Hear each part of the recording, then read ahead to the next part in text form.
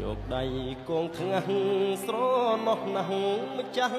ស្នេហ៍កាលអូនរៀននៅស្រុកស្រែ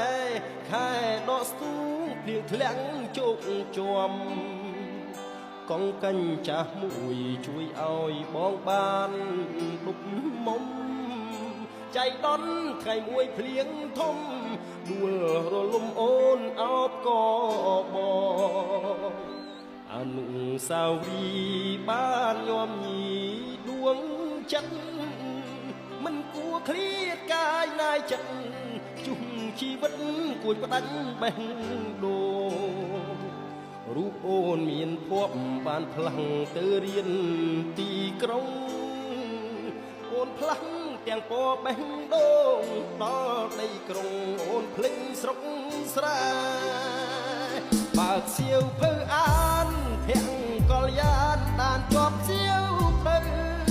បេះដូងបងខំស្រេចហើយតែពេលពៅកុនតើយបែកបែសល់តែស្រមោលរួលភ្លើងទុកប្រានបងគ្មានលហើយខំបដូរសៀវភៅថ្មីដែរតែក្តីឈឺចាប់ទ្វេ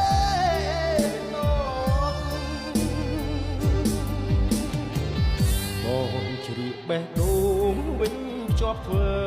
អំបោះចង់ដៃស្រីដល់ចិត្តស្មោះសូមស្រីស្រស់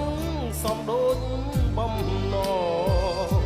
អនុស្សាវរីយ៍យើងទាំងពីរបានចងក្រងរៀមទុកជាស្បៃទ្រាំខ្នងលូថ្ងៃបងចាងលោកអើយ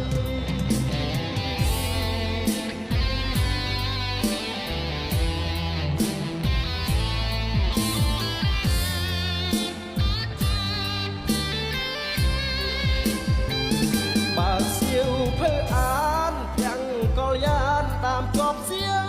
ភៅបេះដូងបងខំស្រែកហើយ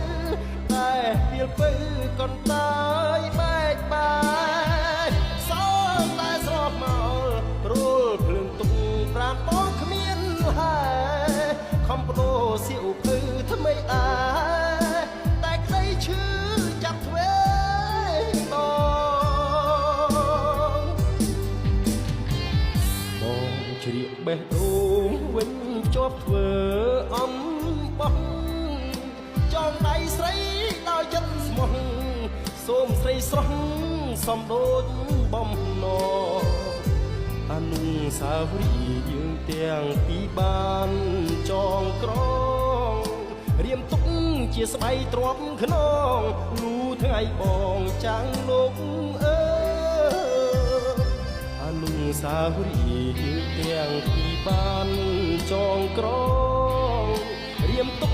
ជាស្បៃទ្រាំខ្នងលូថ្ងៃបងចាលោក